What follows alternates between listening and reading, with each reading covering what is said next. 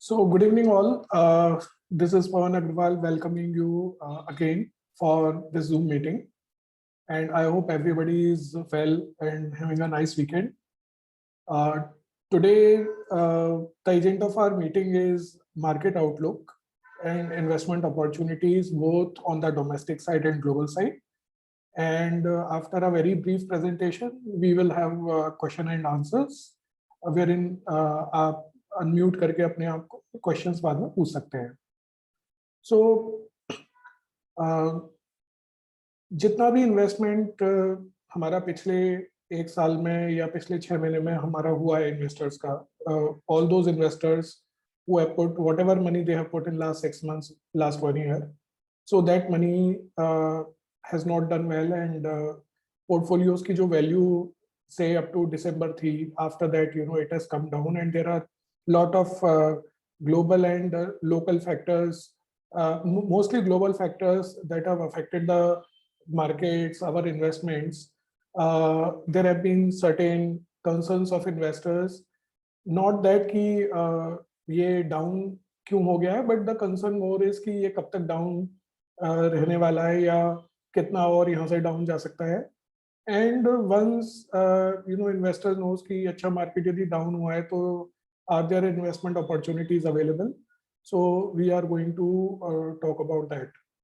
So if the listeners remember, तो 14th May को जो हमारी meeting हुई थी, last जो meeting हुई थी, in that we have discussed that there has been a sharp market fall from January onwards, and that fall actually became aggravated in March.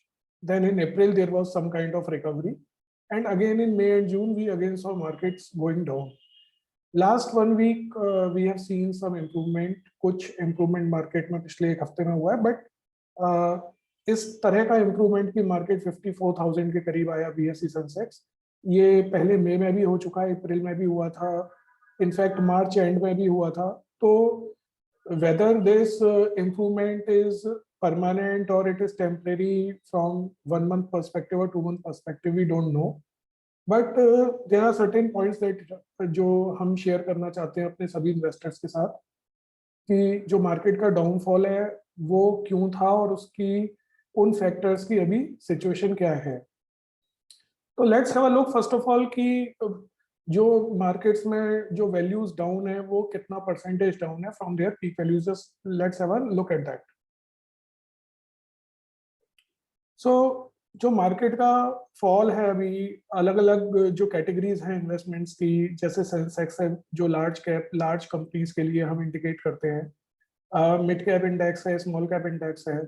फिर इंटरनेशनल मार्केट्स जहाँ पर इन्वेस्टर्स का एलोकेशन है, उसमें S&P 500 है जो यूएस का प्रीमियम इंडेक्स है, जिस तरह से हमारे यहाँ निफ्टी या सेंसेक्स है. वहाँ पर नेस्टेक 100 है जो प्राइमरीली टेक्नोलॉजी और कंज्यूमर कंपनीज का है. And specially if we can take US technology as a index, because technology in US index is more than 50-55% जो वहाँ का मार्केट है वो टेक्नोलॉजी बेस्ड है. तो because we can not isolate that from the total market, क्योंकि उसका size बहुत बड़ा है. तो यूएस टेक को हमने यहाँ पर शो किया हुआ है. So as we can see that Sensex का जो हाईएस्ट हुआ था वो अक्टूबर 21 में हुआ था. वहाँ से वो अभी तक -12% it is down. Mid caps are down in India 16.8%, small caps are down 18% from their peak values. And जो इंटरनेशनल मार्केट्स है they are down 19%. S&P 500, Nasdaq is down 27% and US tech is down 43%. So international markets have actually seen a very high correction in comparison to Indian markets. Though normally Indian markets are more volatile in nature, but this time the downside in international markets has been higher than our Indian markets.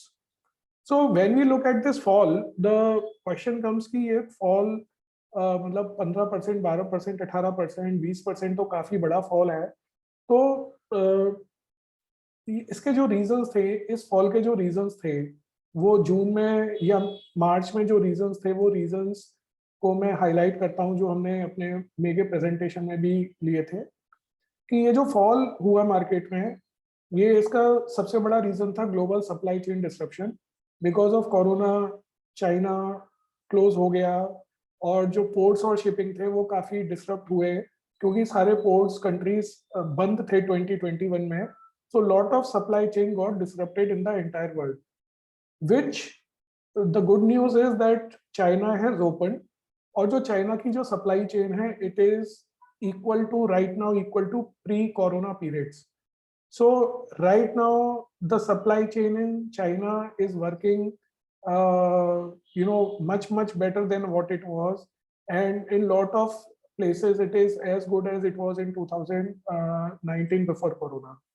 So global supply chain का disruption जो सबसे बड़ा factor था इस market fall में, वो resolve हो रहा है. मतलब उसका रेजोल्यूशन मई तक नहीं हुआ था, बट जून जुलाई में जो ये 45 डेज है, इसमें रेजोल्यूशन है started, so which is a positive sign from where it was 2 months ago. Inflation India में और स्पेशली डेवलप्ड कंट्रीज में, इंडिया में तो 7-8% का इन्फ्लेशन है, which India has seen lot of times in last 20-30 years. लेकिन developed markets में 8% का inflation has happened after almost 40 years. मतलब यूके में 11% इन्फ्लेशन, यूएस में 8% इन्फ्लेशन. वहाँ इन्फ्लेशन जो नॉर्मली रहता था वो 1-1.5% रहता था, विच 21-22 में इट इज रनिंग अराउंड 8.3%. तो डेवलप्ड कंट्रीज को ने वो एक्सपीरियंस पिछले 40 ईयर्स से नहीं किया हुआ है. हाई इन्फ्लेशन, हाई इन्फ्लेशन का इम्पैक्ट ये होता है कि आपके जो बैंक के इंटरेस्ट रेट बढ़ते हैं, और चीज़ें जब महंगी होने लगती हैं तो कम लोग उनको ओवर द पीरियड अफोर्ड कर पाते हैं, और धीरे धीरे जो डिमांड है वो धीरे धीरे ड्राई अप होने लगती है. तो उससे ओवरऑल इकोनॉमिक एक्टिविटी हैम्पर करती है, क्योंकि यदि डिमांड कम होती है तो जो मैन्युफैक्चरिंग लोग कर रहे हैं उनके लिए भी प्रॉब्लम है, क्योंकि डिमांड कम होती है तो वो मैन्युफैक्चरिंग भी उनको आइडिया नहीं होता कि हम नॉर्मल मैन्युफैक्चरिंग करें या हम मैन्युफैक्चरिंग को कम करते हैं.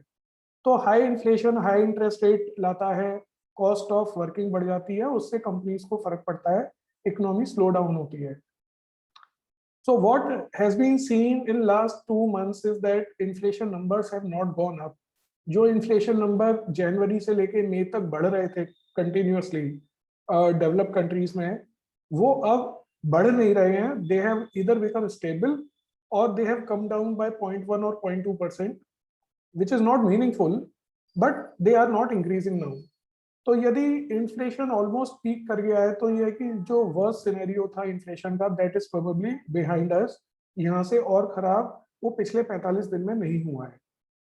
इंटरेस्ट रेट हाइक होने से पूरे इकोनॉमी को, कंट्री को फर्क पड़ता है, और इंटरेस्ट रेट पिछले 8-9 महीने से बढ़ रहे हैं. जब इंटरेस्ट रेट बढ़ते हैं तो लोगों की ईएमआई बढ़ जाती है. जो लोग लोन ले चुके होते हैं, कॉर्पोरेट्स जो लोन लेते हैं, उस पर उनकी जो इंटरेस्ट कॉस्ट है वो बढ़ती है, उससे उनकी प्रॉफिटेबिलिटी कम होती है. इंडिविजुअल के लिए इंटरेस्ट रेट बढ़ते हैं तो उसने जो भी लोन लिए हुए हैं, स्पेशली होम लोन्स, जो कि लास्ट टिकट साइज लोन होता है, उस पर उसकी ईएमआई बढ़ती है. या कोई नया लोन लेना चाहता है, तो यदि वो पहले 40 लाख का लोन अफोर्ड कर सकता था, तो अब वो 35-30 लाख का ही लोन अफोर्ड कर सकता है. तो इसका मतलब ये है कि यदि वो पहले 40-50 लाख का घर ले सकता था लोन लेकर, तो अब वो शायद 40-45 लाख का ही घर लेगा. तो ओवरऑल जो रियल एस्टेट की सेल है वो भी कहीं है, मतलब अफेक्ट होने का डर रहता है यदि इंटरेस्ट रेट बहुत ज्यादा बढ़ता है तो. और दूसरा, इंटरेस्ट रेट बढ़ेगा, लोन की मेरी ईएमआई बढ़ेगी, तो मैं कम कंज्यूम करूंगा. यदि मुझे 7% का इंटरेस्ट रेट मिल रहा है, तो शायद मेरी इच्छा होगी कि मैं कुछ खर्च करता हूँ लोन लेकर. लेकिन यदि वो इंटरेस्ट रेट 9-10% होगा, तो मैं ऑब्वियसली उसको उतना अपना पैसा खर्च नहीं करना चाहूंगा इंटरेस्ट के ऊपर. तो डिमांड इंटरेस्ट रेट के बढ़ने से कम होने लगती है. तो इंटरेस्ट रेट जो सेंट्रल बैंक्स हैं वो उनको बढ़ा रही हैं, बट जो फियर था 45 डेज पहले, 30 डेज पहले, कि इंटरेस्ट रेट बहुत एग्रेसिवली बढ़ेंगे फ्यूचर में और 6 महीने और 1 साल तक बढ़ते रहेंगे, वो सिनेरियो अभी लास्ट 45 डेज में जो चेंजेस हैं उससे लगता है कि इंटरेस्ट रेट बढ़ेंगे, लेकिन शायद उतना एग्रेसिवली नहीं बढ़ेंगे, और शायद अगले 1 या 2 हाइक्स हो, 3 या 4 महीने 6 महीने बढ़ेंगे, बट शायद वो 1 साल तक वो बढ़ते नहीं रहेंगे। तो उस साइड अभी बहुत पॉजिटिव नहीं है, बट बहुत ज्यादा नेगेटिव होने का भी अभी रीजंस नहीं दिख रहे हैं, because of the yellow reasons that we are seeing here. यदि इन्फ्लेशन पीक हो गया है तो उसके बाद इंटरेस्ट रेट बहुत बढ़ाने का गवर्नमेंट को बहुत ज्यादा यूज नहीं है।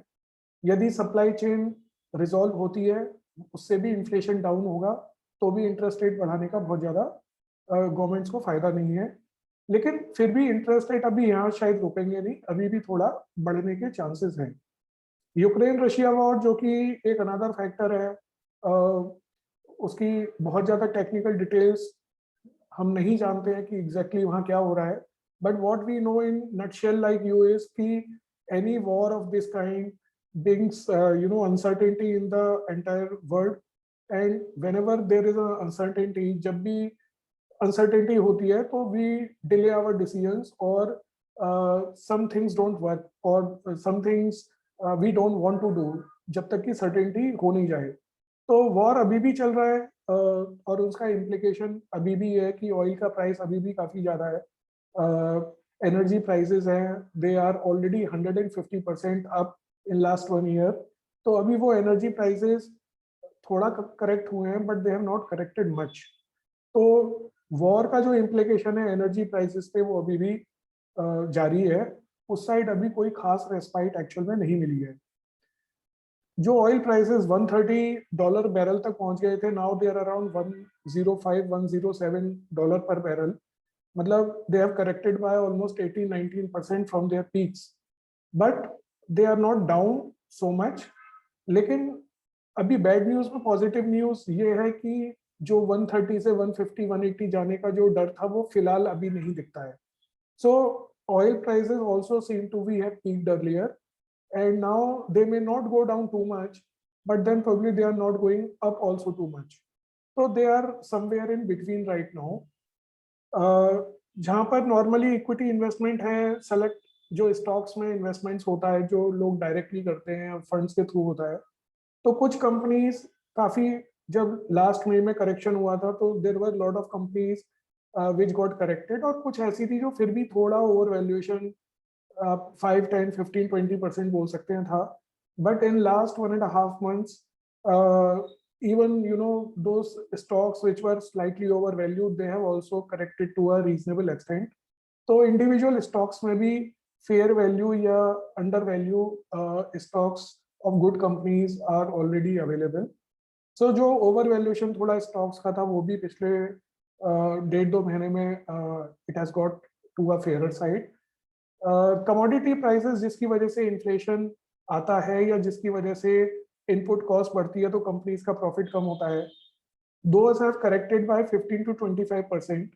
तो लगता है कि कमोडिटी प्राइसेस भी 2-2.5 महीने पहले पीक हो गए हैं और अब वो वहां से एक्चुअल में गिर ही गए हैं। तो एल्युमिनियम हो या निकल हो या स्टील हो, तो यदि हम एनर्जी प्राइसेस को छोड़ दें which is gas and oil, so other commodities like even palm oil, which is a very big import for India, and very essential ingredient for food in the whole world. So palm oil का price भी it has corrected by almost 15-20% in last 1 month. So commodity prices का correction ये show करता है कि probably inflation भी more or less peak हो चुका है। And when commodity prices are falling, and when inflation may come down in next maybe 3-4-5-6 months, then interest rate may also not be so aggressively hiked by the banks. तो ये जो reasons थे nutshell में, ये जो reasons थे जिसकी वजह से मार्केट पिछले 4 महीने में 5 महीनों में गिरा है, वो रीजंस पहले जितने उनकी डिग्री जितनी सीरियस थी 6 महीने पहले, 2 महीने पहले, now it has actually moderated. Those reasons are still existing but they have moderated. वो पहले जनवरी से मई तक वो एग्रेवेट हो रहे थे, मतलब वो इंक्रीज हो रहे थे, उनकी जो इम्प्लीकेशन है वो बढ़ रही थी, बट अब उसकी इम्प्लीकेशन मॉडरेट होनी शुरू हो गई है। तो ये लगता है कि ये जो पीक थी सारी रीजंस की वो आ चुकी है, वो जा चुकी, मतलब आके शायद वो खत्म हो चुकी है। तो यदि मॉडरेशन नेक्स्ट 3 to 6 months में हमें यदि 1-2 क्वार्टर में मॉडरेशन इनका और दिखता है, तो वो क्लियर कट ट्रेंड इंडिकेट करेगा कि what how the things will shape up in future. But only from last 2 months perspective, the situation has improved. It has not become ideal, but it has improved. Now, certain positives for the Indian market, again, we discussed earlier. Tax collection is higher, because of which government has got money to spend on infrastructure, which is positive. Rising corporate earnings. Till March, there was no issue. Now the new results will be coming. They have already started. TCS result came yesterday, which was fair. Thoda net kam tha, but which is okay. When you have high wages and all, so IT companies ka net shayad thoda impact hoga. It is already known by the market. So it is not which was not expected. So, but overall, the earnings are rising as a corporate India. Balance sheets of the companies is very good, because the debt on the balance sheets is very limited for the companies in comparison to what it used to be 8-10 years ago. So balance sheets are very sound overall. Economic in India, the beauty which we believe is, we have an all-round economy. We are into manufacturing also, services also, agriculture also. So as a country, we are not dependent on only agriculture or only commodities. मतलब जैसे Brazil is dependent primarily on commodities, or Australia on commodities.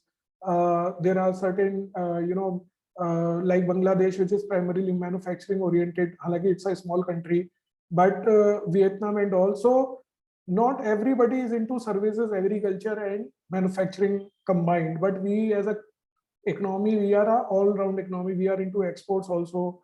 So our GDP is, contributed by several factors, not only by one factor primarily. Government has got a lot of thrust on manufacturing through its PLI and various other schemes to textile and chemical and other sectors, autos, primarily electronics, which they are, pushing a big time for microprocessors, and also thrust on manufacturing is there, which is positive. The world is looking at countries which can supply them goods and products apart from China, because last 2 years have shown that world was dependent only on China, and जब ये global supply disruption हुआ, तो every country faced different kind of problems. So all countries want that there have to be other suppliers than China, and India is a very prominent player in that strategy, where countries are looking at India for their different kind of products and services, which earlier they were looking at China. Exports in April, exports were record 400 billion. They have not touched 400 billion after that, but they are still at a very good number. So it is a positive. Political stability is very much required in any country for economy to flourish, and especially when lot of foreign capital is required in the country for growth, then political stability becomes a very key factor, which is definitely provided by India to the outside companies and investors. So these are all very positives for the Indian market. The only thing that is seen negative is actually the oil price, that if the oil price remains elevated, it creates inflation in our country. So apart from oil price, there is no real negative for India as such. And over the period, ultimately oil price, above 100, 110, 120, the companies or the economies cannot sustain. मतलब उतना महंगा oil खरीद के जो countries हैं, अलग-अलग countries जो हैं world में, they cannot sustain that price. So ultimately oil price has to moderate. When it will, we don't know, but ultimately it should moderate, and it will. The only जो blip है Indian पूरी economy के लिए oil price, वो भी positive होगा, फिर overall things will only improve. बाकी उसके अलावा जितने भी factors होने चाहिए एक country के लिए, economy के लिए, they are all well in place. There is no specific issue which is there with the economy as well. At the end of the day, money is made in investments if you are investing at the right valuations at the right price. I have put the above grid shows what is the fair valuation metrics we showed on 14th May. जो brown orange colour में है कि उस समय जो large cap, mid cap, small caps हैं, they are मोर और less around fair values at that time. हम यदि कल के मार्केट के हिसाब से देखें तो values have not changed drastically, they are 1 or 2% here और देयर. तो तब यदि सेंसेक्स 52,700 पे था, मिड कैप 21,800 पे था, स्मॉल कैप 25,315 पे था ऑन 14th में, तो अभी भी वो 54,481, 22,655, 25,640 उन्हीं वैल्यूज के अराउंड है. 1-2% ही हेयर एंड देयर हुआ है. उस समय भी हमारा अंडरलाइन थीम था कि markets are near to their fair values for this financial year, signifying limited downside from here. तो मतलब despite lot of negative commentary in May and especially in June, we saw that the markets did not fall like pack of cards in June also. वो 51,500 51,600 तक गए एक बार एक particular day पे, and then again they are at 54,000 something. So markets have despite all the negative commentary, markets have beyond the point, markets have not fallen. मतलब वो 15% तो correct हो गए, 12%, लेकिन ऐसा नहीं है कि हर महीने अब वो गिरते ही जा रहे हैं. If we see markets are between 50 to 56,000 for last 3.5-4 months. मतलब मार्च से वो अभी तक 56 और 52,000 के बीच में ही घूम रहे हैं. तो markets have become range bound, which is a sign कि markets are understanding that the valuations are good and that is why the markets are not going down. One point to note is that despite foreigners selling almost 50,000 crore of equities every month since October, मतलब अक्टूबर से लगातार 40 to 50,000 crore की equity बेच रहे हैं foreign investors. उसके बावजूद market का जो डाउनसाइड हुआ है that has happened like 12-15% only. इतना इंडियन इन्वेस्टर्स ने जितना फॉरेनर्स ने बेचा है, ऑलमोस्ट उसका 90% Indian investors have already invested that much money. मतलब फॉरेनर्स ने बेचा है और इंडियन इन्वेस्टर्स ने खरीदा है. और इसका जो एडवांटेज है इंडियन इन्वेस्टर्स को, वो ओवर द पीरियड दिखेगा, क्योंकि अल्टीमेटली फॉरेनर बेचकर तो गया है क्योंकि यूक्रेन वॉर हुआ, इन्फ्लेशन हुआ, but ultimately the foreign investor will return. It is happening for last 28-29 years. तो जब फॉरेन इन्वेस्टर आएगा तो वो इंडियन इन्वेस्टर ही होगा जो उसको बेचेगा. तो we will see lot of valuation getting improved once the foreign investors return, and even if they are not returning in, even if they stop selling, then also we will see our markets going up.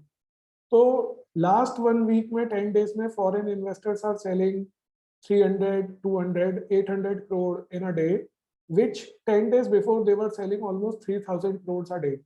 मतलब एक दिन में वो 2-3 हजार करोड़ का stocks बेच रहे थे, अभी वो 200, 300, 400 करोड़ का स्टॉक बेच रहे हैं फॉर लास्ट 3-4 days.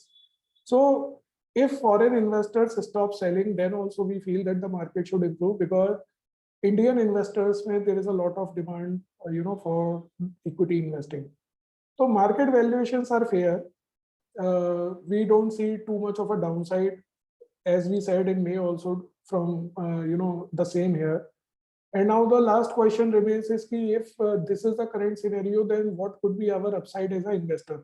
कि मतलब ultimately पैसा कहाँ बनेगा, कितने टाइम में बनेगा और कितना बनेगा. तो there is I will put a disclaimer before showing the next slide कि we have just put the next slide with the expected returns, keeping in mind that we do the same kind of growth what we have been doing for last 5-7 years as a country. मतलब जो 12-13-14% की growth है जो corporates की, यदि हम वही maintain करते हैं from the current levels, then the kind of returns we expect from here in next 4 years is this कि if we are putting the money in large cap, we may expect 60-65% kind of return. Mid caps we can expect 65-70% kind of return. These are the absolute returns in next say 4 years time. Small caps we expect 70-80% return. S&P 500 of global of US we expect around 50% return. Nasdaq 60-70 and US technology 80-90% return is we expect. Now, do not take this as a guarantee that if we are saying expectation, it doesn't mean a guarantee. But if we go by the past history of our corporates, the way they have performed, and from the current valuations, this is the kind of return the markets are able to generate, and this is what we are putting in. So anybody who has 6 months, 1 year horizon, we cannot say anything about it. But from 3-4 year perspective, we see good returns, which are it's like almost say 14% kind of return in large and mid caps, and 60-70% kind of return in small caps is what we can expect. And so if investors are not worried about the next 6 months volatility, and if you have good time horizon, then the opportunities is good to generate a decent double-digit return. So if I compare it with currently bank FDs and the kind of return we get from gold or real estate, which normally is between 6% to 8%, we think that equities from the current valuations can give a much better return, and also with lot of transparency and liquidity. There may be some volatility in between, obviously, because we are investing in a market linked product, so up down beach mein hamesha rahega, but over 3, 4, 5 years period we will get this kind of return from the current valuations. So all this is data based, not that we are thinking or we are feeling. All this is supported by the past data and how the market gives the return over a period, if it is at the current kind of valuation. तो पहली history यही है, उसी के basis पर हम इस चीज को प्रेजेंट कर रहे हैं. So to summarize, global factors जिनकी वजह से मार्केट लगता था कि गिरा है, वो those are easing. There are a couple of factors which are still there, but lot of factors are easing now. Markets are at fair valuations, so valuations is not a problem. 2-3 year perspective से large caps, and for 3, 4, 5 years and more perspective, small, mid and international investments are preferred. We can expect, depending upon the category, 14 to 18% kind of annualized return over next 4-5 years, and investing through SIPs and lump sums or STPs should continue. And this is what we have, and thank you for listening me, and it is up to you to unmute yourself and ask whatever questions you want. Thank you.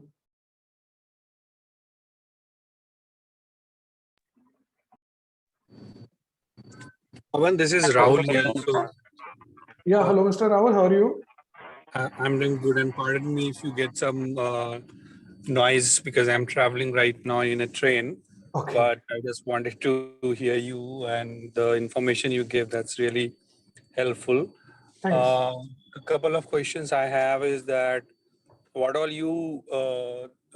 the facts you have given, what my understand, little knowledge says that, or the research, not research, whatever I have read, that it has not concluded yet. And I think you have also mentioned that it may go either way. There was some, there is some report from RBI also recently that, if I am not wrong, it's 1,000 billion, right? Or 100 billion is going out from the market. This Ukraine war is not concluded yet. So expectation is that maybe in next 1 year or so, there is a global recession also is expected. So I hear you for the long-term investment, and I also heard you that right now the small short-term investment is not advisable. But what's your view on this global recession and then report from the RBI that almost 1,000 billion will go out from the market? So how do you see that? So what will go out from the market, nobody knows. But what has happened is that, almost FIIs have sold debt and equity in the tune of almost 7-8 billion per month. Okay. And they have been selling from October onwards. So पिछले 9 महीने में FII ने almost $7-8 billion हर महीने बेचा है. Correct? And the point is that despite that, because the Indian investor has put that much money, the market has not fallen much. मतलब 10% market तो आप किसी भी पॉइंट से एक्सपेक्ट कर सकते हैं कि इतना तो कहीं से भी गिर सकता है, किसी भी रीजन से गिर सकता है। तो जितना सेलिंग हुआ है उसके हिसाब से तो market has done, even India today, even all emerging markets, it is the best performing emerging market if I take year to date. पिछले एक महीने में तो China has done better, but if I take last 6 months also, India has done very well actually. So so RBI का report ठीक है, but let me tell you something that, और जो सेकंड क्वेश्चन है ग्लोबल रिसेशन का, see what happened, what was happening 45 days back was, every analyst, economist, मतलब हर कोई ना ज्ञान देता है, मतलब आप माइंड मत करना राहुल, बट आप जितना मीडिया पढ़ोगे ना तो हर आदमी का अपना ज्ञान है। पूरे वर्ल्ड में Mhm. यदि 50,000 इकोनॉमिस्ट होंगे तो सबका अपना व्यू है कि सेंट्रल बैंक को क्या करना चाहिए। ओके, तो आप यदि 2 महीने पहले कोई भी कमेंट्री पढ़ोगे तो सब ये कह रहे थे कि भाई सेंट्रल बैंक रेट क्यों नहीं बढ़ा रहा है, सेंट्रल बैंक को रेट बढ़ाना चाहिए, इन्फ्लेशन को उसको कंट्रोल करना चाहिए। अभी क्या है, जैसे ही सेंट्रल बैंक ने रेट बढ़ाया, 75 पैसा यूएस में बढ़ाया, 50 पैसा हमारे यहाँ बढ़ा, उससे पहले 40 पैसा बढ़ा, और जैसे ही सेंट्रल बैंकर ने कहा कि मैं तो और 50 पैसा 75 पैसा बढ़ाऊंगा, तो पूरी कमेंट्री ना मार्केट की चेंज हो गई है। अब क्या रिसेशन की बात हो रही है कि यदि इंटरेस्ट रेट इतना तेजी से बढ़ा तो ये तो रिसेशन आ जाएगा।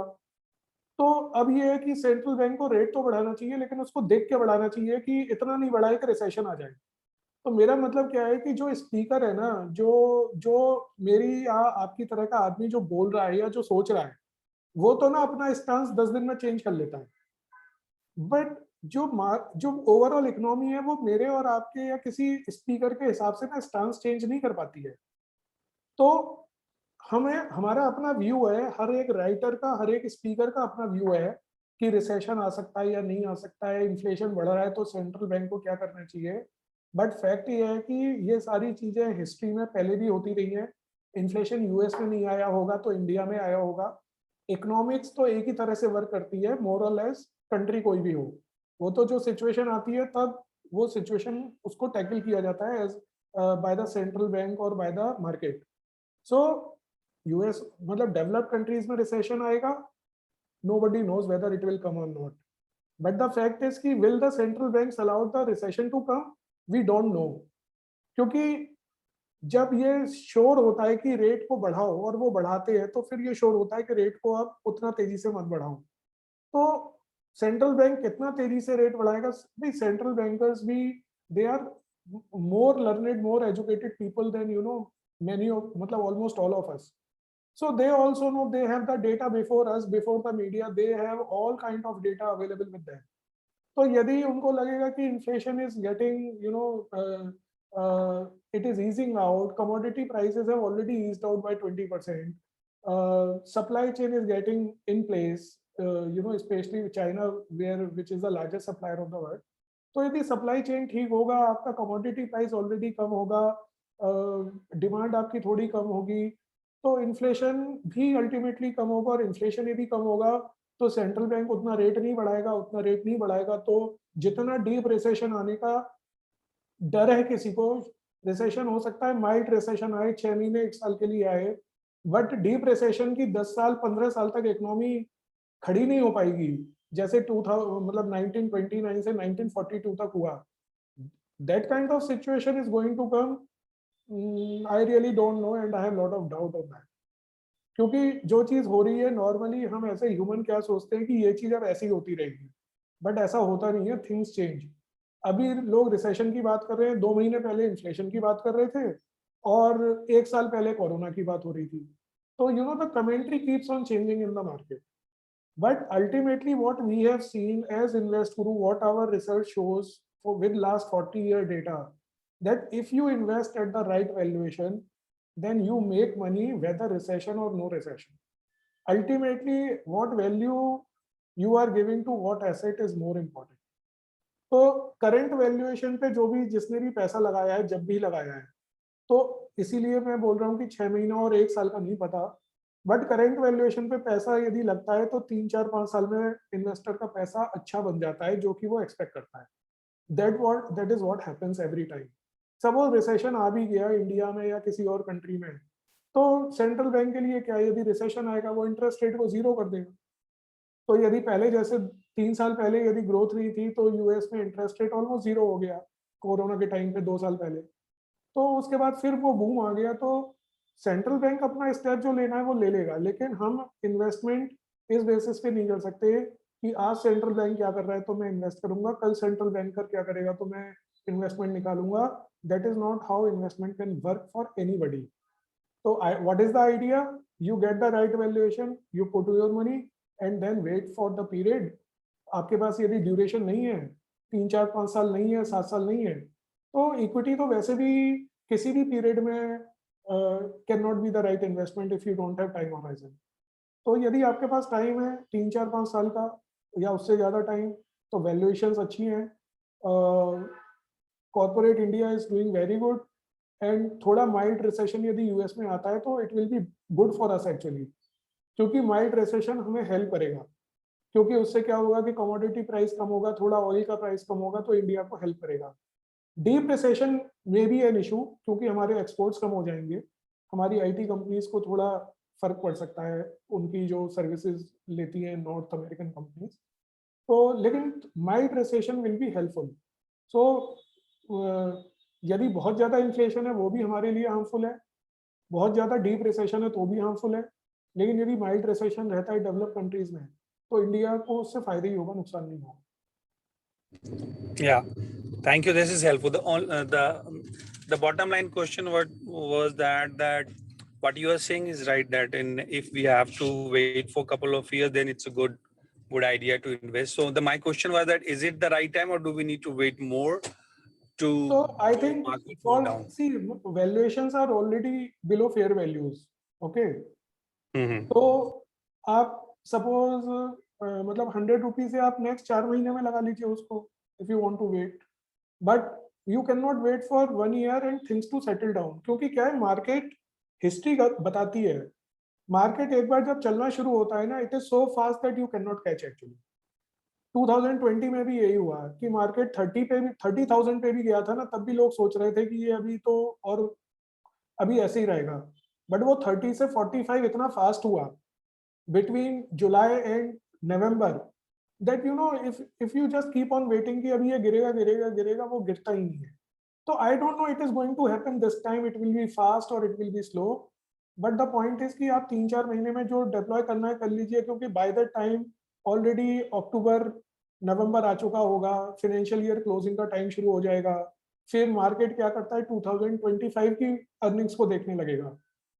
तो इसलिए है कि नेक्स्ट 3 4 महीनों में आप जो लगाना है आप लगा लीजिए। Not that you put everything today, but the valuations are very good from long term perspective. You can defer for 2 3 months, that is okay. मतलब आज लगाएं, थोड़ा अगस्त में लगाएं, थोड़ा अक्टूबर में लगाएं, कुछ नवंबर में लगाएं, दैट इज ओके। मतलब उसका कोई साइंस नहीं है, टू बी वेरी ऑनेस्ट। वो सब अपना इंडिविजुअल परसेप्शन बेस्ड है बेसिकली।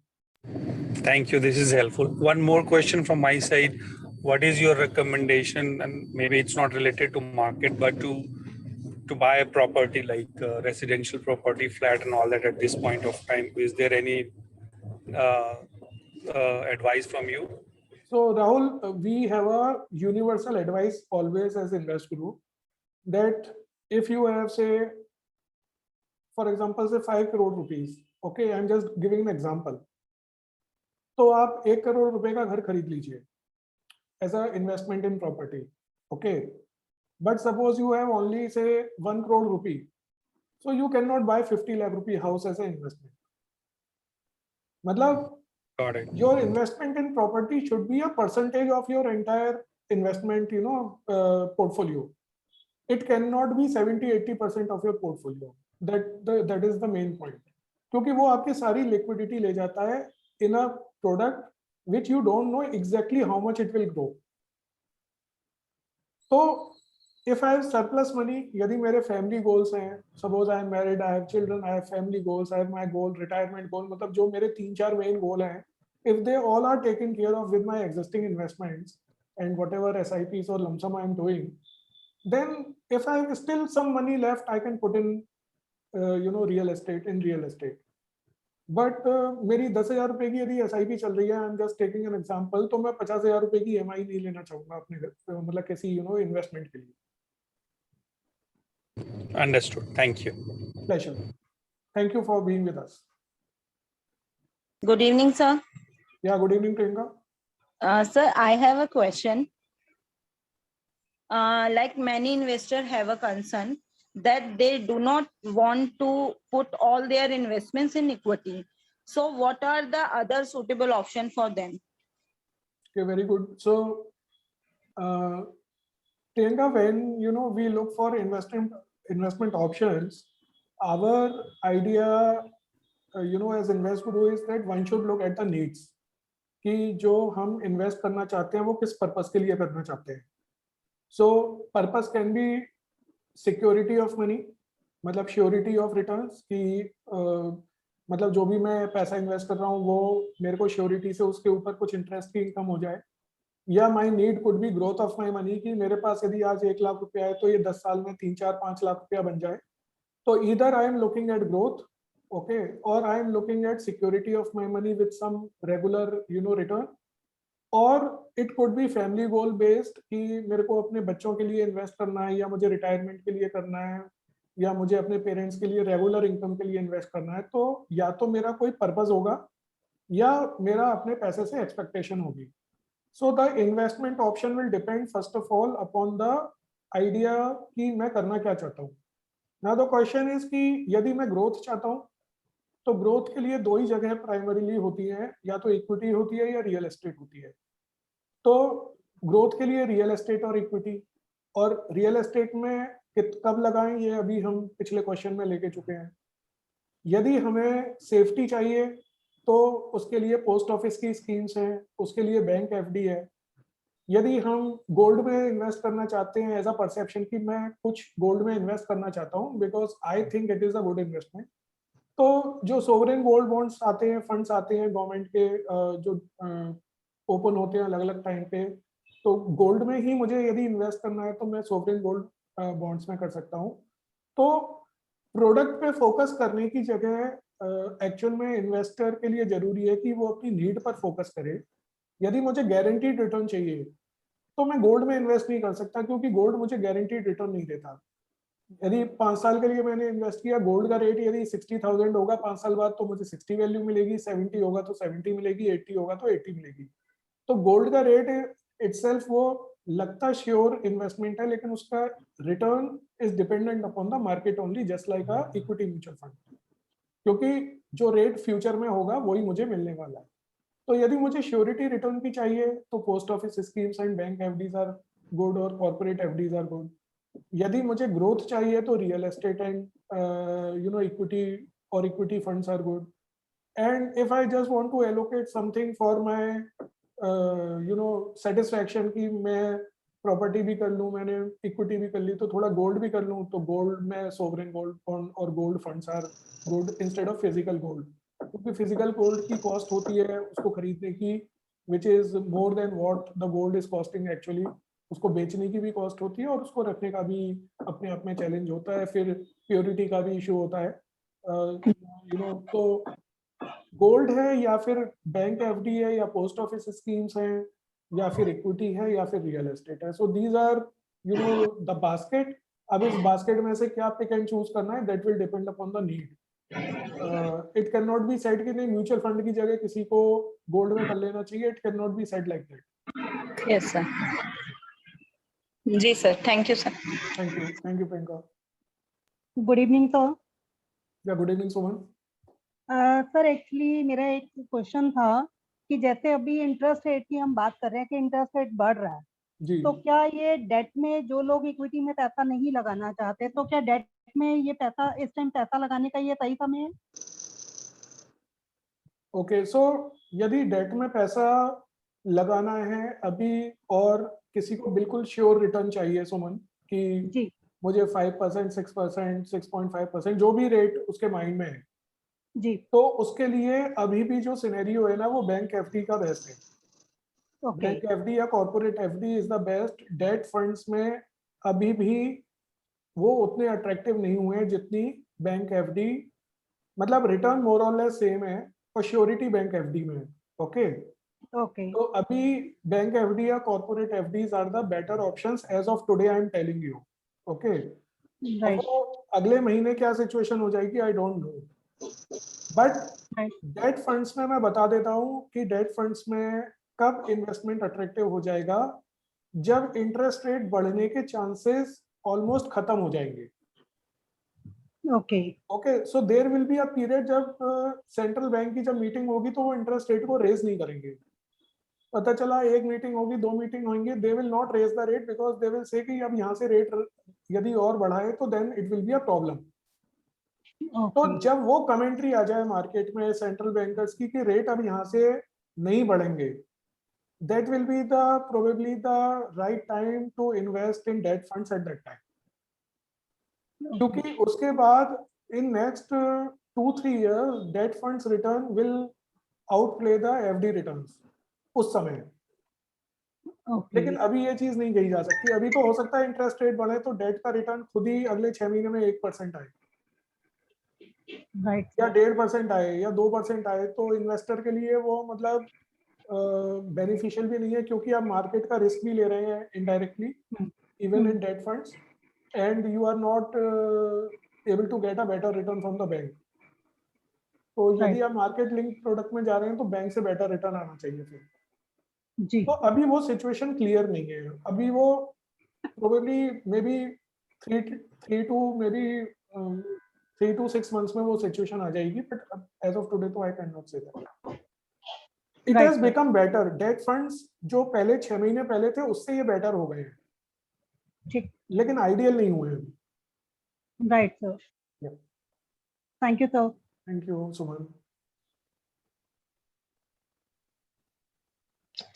Good evening, sir. क्या good evening Lata. Thank you for the informative session, sir. My Thank question you. is, investment in gold option is a good in current scenario? लता, यदि हम gold physical खरीदना चाहते हैं तो हम sovereign gold bond वगैरह ले सकते हैं, बट करेंट सिनेरियो में गोल्ड का इन्वेस्टमेंट बहुत लुक्रेटिव हो मेरे को डाउट है, और मैं बताता हूँ क्योंकि अभी इन्फ्लेशन नॉर्मली क्या होता है, इन्फ्लेशन बढ़ता है historically when the inflation rises तो गोल्ड का प्राइस बढ़ता है। Okay, Yes, sir. पुराने लोग यही सोच के गोल्ड लेते थे कि भाई महंगाई बढ़ेगी तो गोल्ड का रेट उतना बढ़ जाएगा, करेक्ट। लेकिन sir. क्या हुआ है कि इस बार यदि आप पिछले 8 महीनों में 1 साल में देखें तो वर्ल्ड ओवर महंगाई बढ़ी, ऑयल का प्राइस 50 से 130 तक गया। ओके, आपकी इक्विटी की वैल्यूएशंस डाउन हुई लेकिन गोल्ड का प्राइस नहीं बढ़ा प्रैक्टिकली। तो मोर और लेस 2-4% हेयर और देयर, मतलब ऐसा नहीं है कि 50,000 से गोल्ड 60-70,000 शूट कर गया हो। तो गोल्ड डेस्पाइट, आप ये सोचो गोल्ड नॉर्मली ये होता है जब भी वर्ल्ड में क्राइसिस है तो गोल्ड होना चाहिए आपके पास, right. Yes, sir. Right, sir. जब भी कहीं क्राइसिस है तो गोल्ड होना चाहिए। तो अभी तो यूक्रेन वॉर हुआ, ओके, और इन्फ्लेशन की क्राइसिस है, मतलब पिछले 4-5 महीनों में हम क्राइसिस ही सुन रहे हैं ना अलग अलग तरह के पूरे वर्ल्ड में, बट Yes, उसके sir. बावजूद गोल्ड बढ़ नहीं रहा है।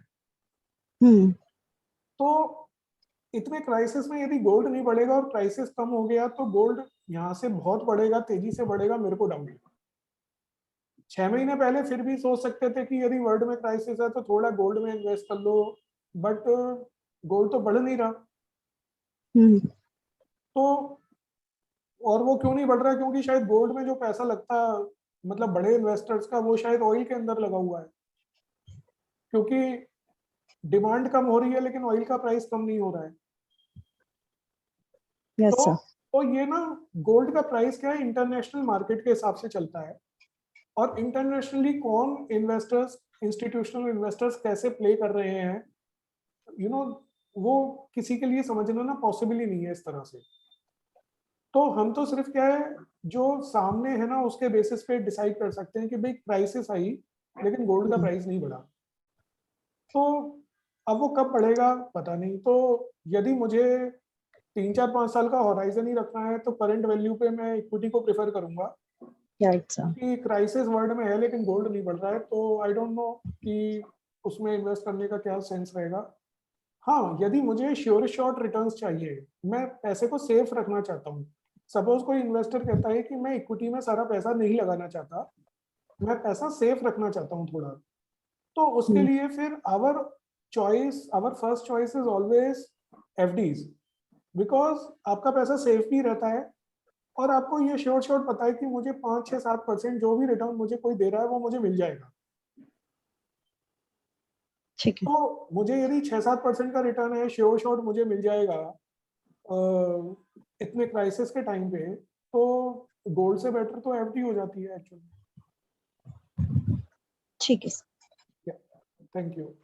Thank you sir.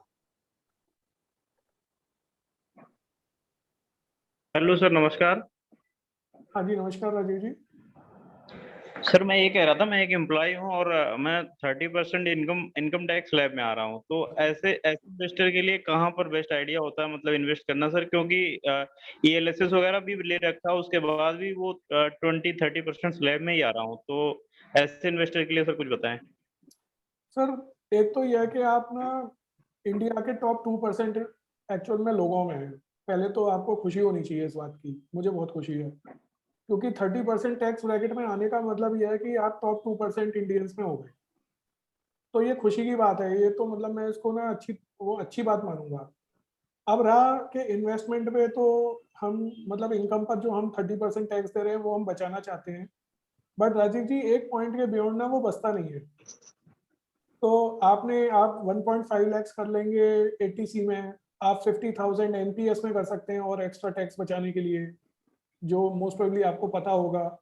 या फिर यदि आपके ऑफिस एनपीएस की फैसिलिटी देता है यदि वो, तो आप एम्प्लॉयर कंट्रीब्यूशन करा के आप उसमें tax benefit to an extent ले सकते हैं। मतलब एनपीएस और एटीसी और इस एटीडी, मतलब इस तरह के 2-3-4 जो चीजें उसके थ्रू जो सेविंग हो सकती है वही पॉसिबल है। उसके बाद तो भगवान ने यदि हमें वो इनकम दी है जिसपे 30% टैक्स लगता है, तो राजीव जी वो तो लगेगा ही फिर उसके ऊपर, उसमें बहुत ज्यादा बचाने की गुंजाइश है नहीं है।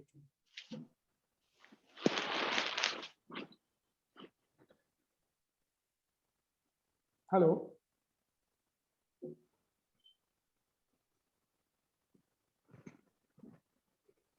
Okay sir, thank you. हाँ जी, यदि आपका तो हाँ एक चीज मैं ऐड कर सकता हूँ आपकी बात पर कि जब आपको एज एन इन्वेस्टर पता है या एज अ इनकम अर्नर पता है कि मैं टैक्स इनकम पे नहीं बचा सकता, तो आप ये जरूर कर सकते हैं, लेकिन कि आप कम से कम जो पैसा बच के आया आपके पास उसको आप ऐसी जगह इन्वेस्ट करें कि आपको 10, 12, 15% का रिटर्न आए, जिससे कि उसके ऊपर आप 10, 15% का टैक्स भी दें, तो भी आपका पैसा कम से कम अच्छा ग्रो करे। मतलब मैं कैलकुलेशन के फॉर्म में बताऊं एग्जांपल लेके कि आपके 100 रुपए आपने कमाए, 30% टैक्स दे दिया, 70 रुपए आपके पास बच गए।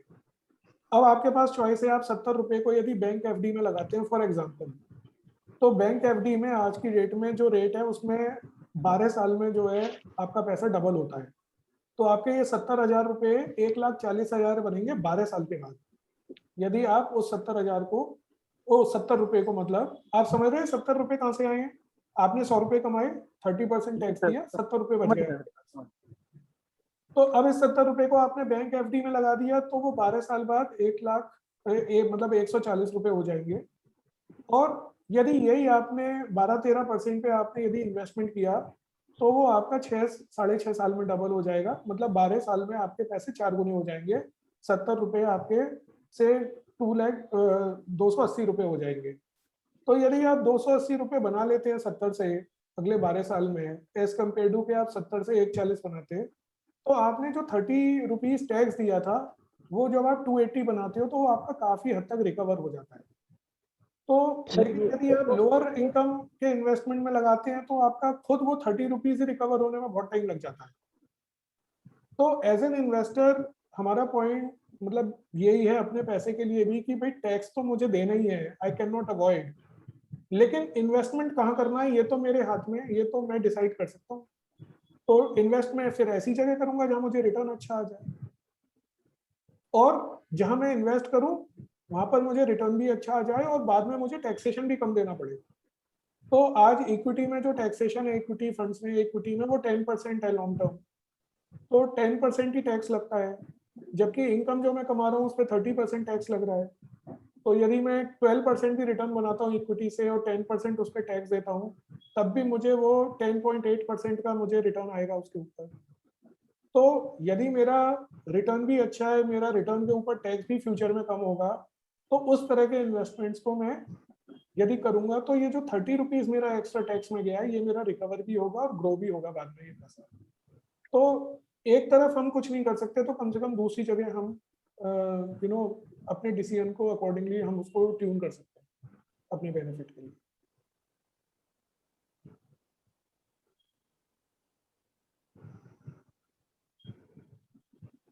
Thank you mister Rajiv.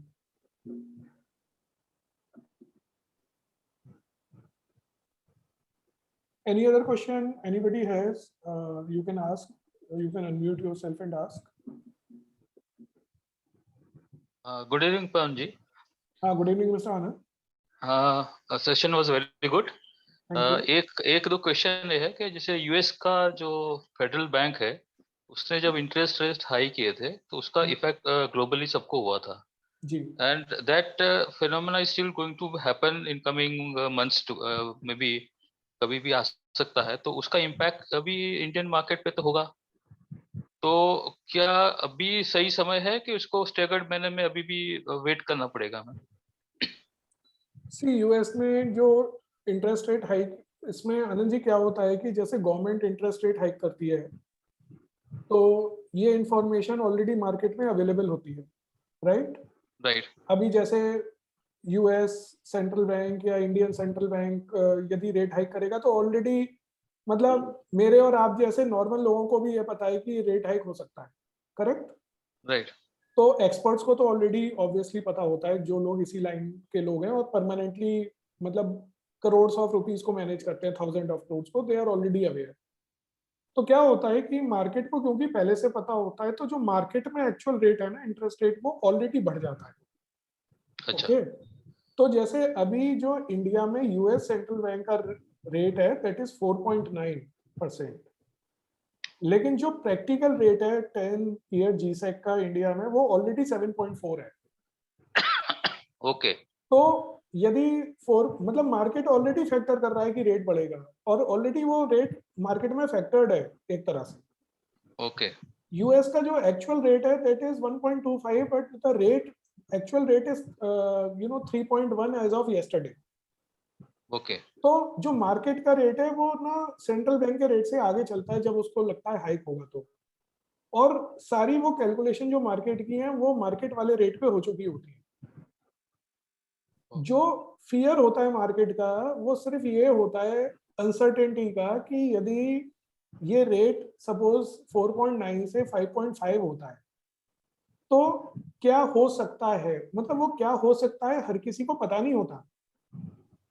Right. मतलब फ्यूचर में क्या होगा सर, ये किसी को भी ना पता नहीं होता। वो तो जब चीजें घटती हैं तब आपको क्लैरिटी धीरे धीरे होने लगती है कि अच्छा ये चीजें हो रही हैं। ओके। तो मार्केट में रेट ऑलरेडी बढ़ा हुआ है, आप ऐसे समझिए। यदि मार्केट में थोड़ा बहुत रेट बढ़ेगा तो उससे कुछ खास फर्क नहीं आने वाला है। ऑलरेडी रेट जो बढ़ा है उसका जो फर्क आना था वो आ चुका है। अब यदि बढ़ेगा थोड़ा बहुत फर्क आ सकता है, may be 1 month, may be 2 months, लेकिन आप ये ध्यान रखिए कि जैसे ही मार्केट में जरूरत से ज्यादा फर्क आएगा, एडवर्स फर्क आएगा, तो सेंट्रल बैंक की कमेंट्री और सेंट्रल बैंक के एक्शन चेंज होने लग जाएंगे। भाई वो हम मार्केट्स के अगेंस्ट में नहीं है, वो तो अपना काम कर रहे हैं बेसिकली। जब उनको इंडिकेशन आएगा, डेटा आएगा कि अब रेट बढ़ाने की जरूरत नहीं है, वो बढ़ाना बंद कर देंगे। उनको कोई शौक थोड़ी है रेट बढ़ाने का। उन्होंने पहले रेट कम भी तो किए हुए हैं। तो वो तो जब लगेगा उनको कि अब रेट कम करने का टाइम आ गया है तो वो रेट कम भी करेंगे, जब लगेगा रेट बराबर रखने का टाइम है तो बराबर रखेंगे। लेकिन मार्केट उसको पहले सेंस कर लेता है। तो आपको ये क्लैरिटी होनी चाहिए कि मार्केट का जो रेट है वो बैंक के रेट से ऑलरेडी बहुत आगे है। ओके। थैंक यू मिस्टर आनंद। या thank you. Yeah, hello Pawan. I have a question. Yes, Tulika. In many of our investors' portfolio, we have invested in international funds from the last 1 to 2 years. So because international funds are have corrected much more sharply than Indian equity, and they are seemingly giving more pain to the investors. So are they really worth putting in the portfolio? Okay, so so question is that मतलब India में invest नहीं करें, international में invest करने की जरूरत क्या है? Probably this is what Right. we are okay. So first of all, you know, the allocation to international funds have been done in last 1.5-2 years on the premise which is supported by past data, and I will show something to, you know, for everybody to understand कि Indian markets and international markets do move, you know, in tandem to certain extent, but the degree of movement in many years is very different from each other. Okay, मतलब यदि Indian market 5% gain किया है तो there are years when international markets have gain 25%. Okay, and there are years when Indian market is down say 10%, they have fallen lesser, or sometimes they have fallen more also. So the markets, they move together but not in the same pattern, in the same degree basically. तो वो degrees जो different movement की है, they create opportunities also. And Right. because of that, you know, the international exposure has been done. Now till December, the pain has come in last 5 months. I understand that, and we are conscious of that because you know, we have you know, suggested or you know, spoken to our investors to put the money in international funds, and it is down, which looks painful. But the point is that because of this kind of scenario only, you get that kind of opportunity which can give you extraordinary returns also. तो यदि हम ये सोच लें कि हम international funds में invest नहीं करेंगे या ग्लोबल इन्वेस्टिंग नहीं करेंगे, तो we will miss on opportunities also the kind that we are getting today. तो I will show something so that everybody is clear what I am talking. मतलब it is supported by data, it is not our thinking कि international में करना चाहिए. Just give me a second.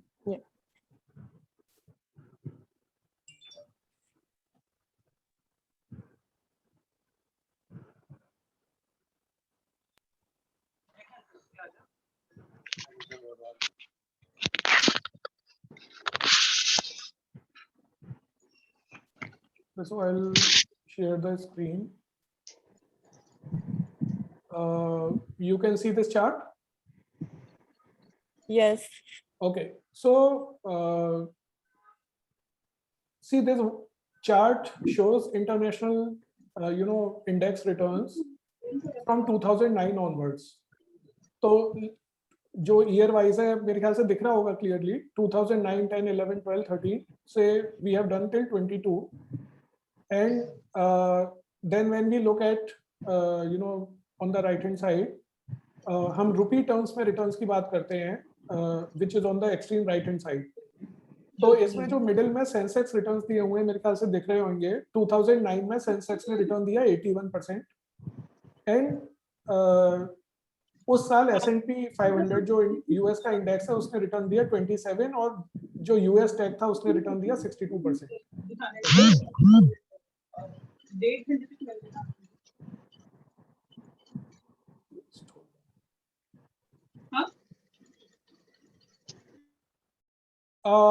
Tulika, can you unmute yourself and tell me whether you are able to see this?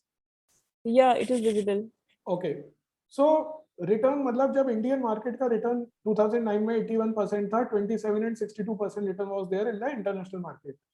Now as we go down, we will see in 2010 Indian return was 17%, S&P was 15, but US tech was 25% return, Nasdaq was 16. Then we go down to 2011. Now look at this year. Indian market was down 24% in that year.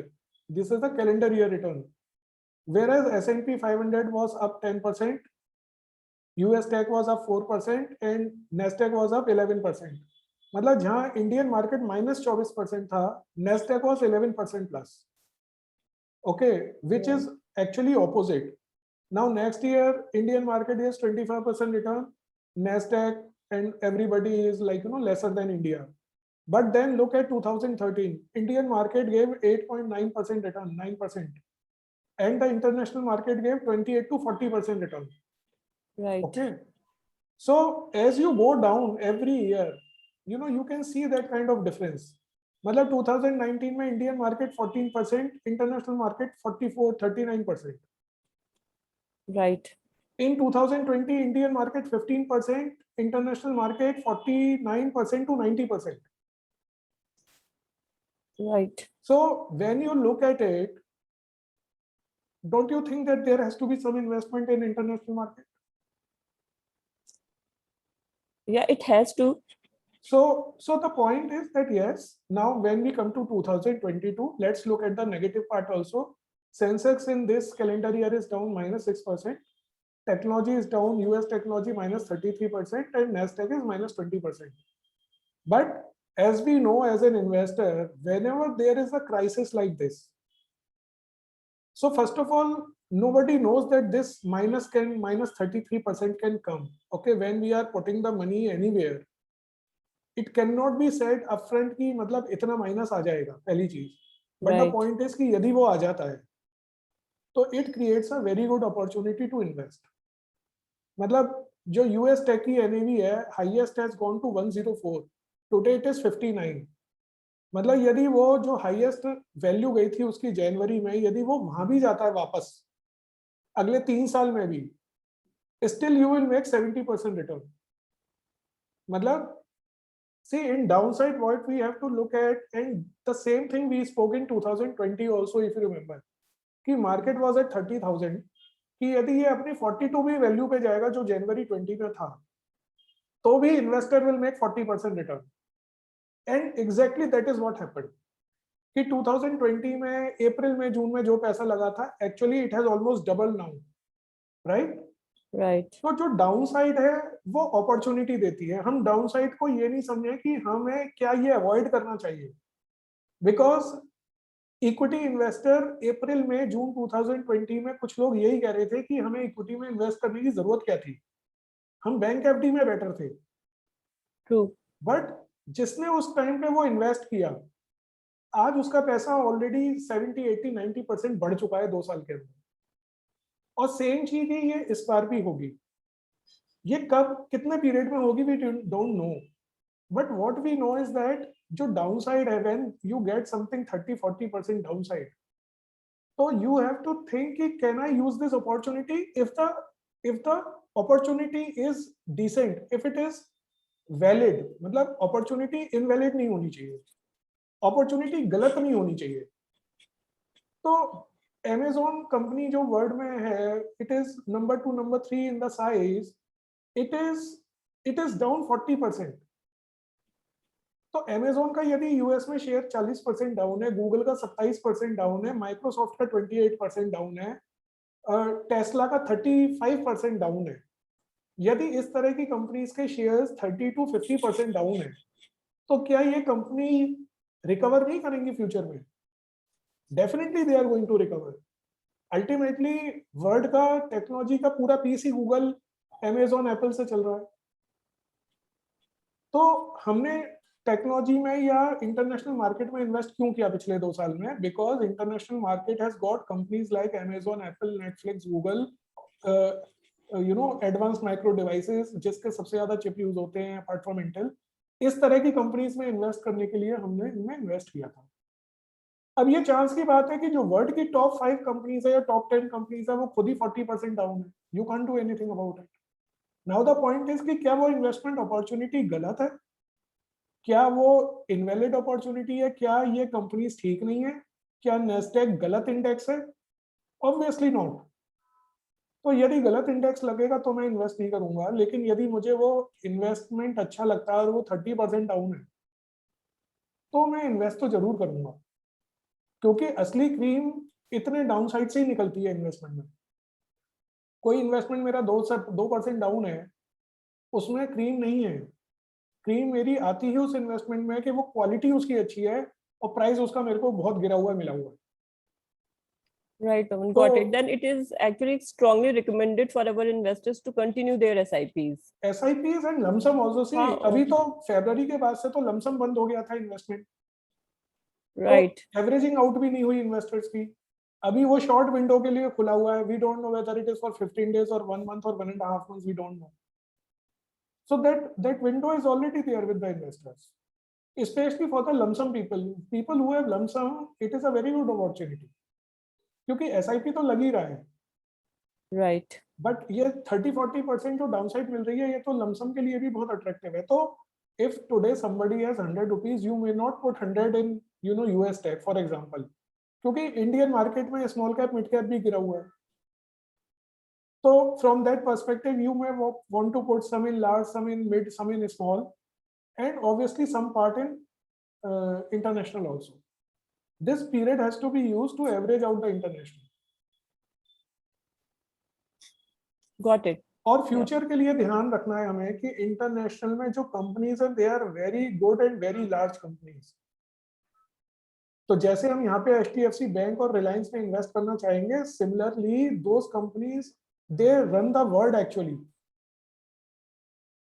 Right. Because of quality of corporates we are investing there. In that we may get a bad phase, but that is okay. That is an opportunity. और ये chart show करता है, हम इस chart को देखेंगे हमें दिख जाएगा कि हाँ, मतलब how good it is. Now if you really look at this chart, there is not even a single year when Nasdaq is negative in a calendar year. Okay. Yes. तो यदि ये इस साल भी होता है तो यहाँ से 25% रिटर्न आ जाएगा Nasdaq में. If it happens in next 6 months, it can happen. Yes, it can I'm happen. just going by the data. I'm not saying it will happen, but if we go by the data, यदि इस साल भी calendar year में negative नहीं हुआ तो यहाँ से 25% रिटर्न आ जाएगा. Only in next 6 months. Right. So that is how we have to look at this as an investment opportunity. Fine, Pawan. Thank you. I think it's addressed the question. Thank you, Tulika. Any other question?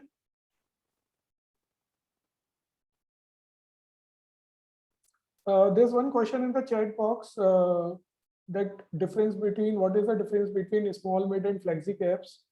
I'll just take this quickly. There are some companies in India like Infosys, Reliance, TCS. They are very large companies. इनके जो turnovers हैं, market caps हैं, employees हैं, they are high numbers. मतलब these companies size in lakhs of crores. So these are called large size companies. The companies which are medium size, like Persistent Systems, there are many IT companies, textile companies. So the banks, there are certain banks. So the companies which are medium size are like 30,000, 40,000, 50,000 crore companies. And the companies which are small size are like, building material, dairies, जो companies 5-10 हजार crore की होती हैं. So these are like large size, small size, mid size kind of companies. जो funds होते हैं वो कुछ large में लगाते हैं, कुछ mid में लगाते हैं, कुछ small में लगाते हैं. And there are certain flexi माने flexibility, कुछ funds हैं जो तीनों तरह की companies में लगाते हैं. So that is how we speak about large, mid, small and flexi as category and as an index. So I hope this answer is clear. So since there is no question, I'll stop the call. Really thank you all for being here and putting your time. And we hope that we are able to take care of your portfolios and your concerns and questions. We'll meet next month again. And thanks for your time. Have a great Sunday. Bye-bye.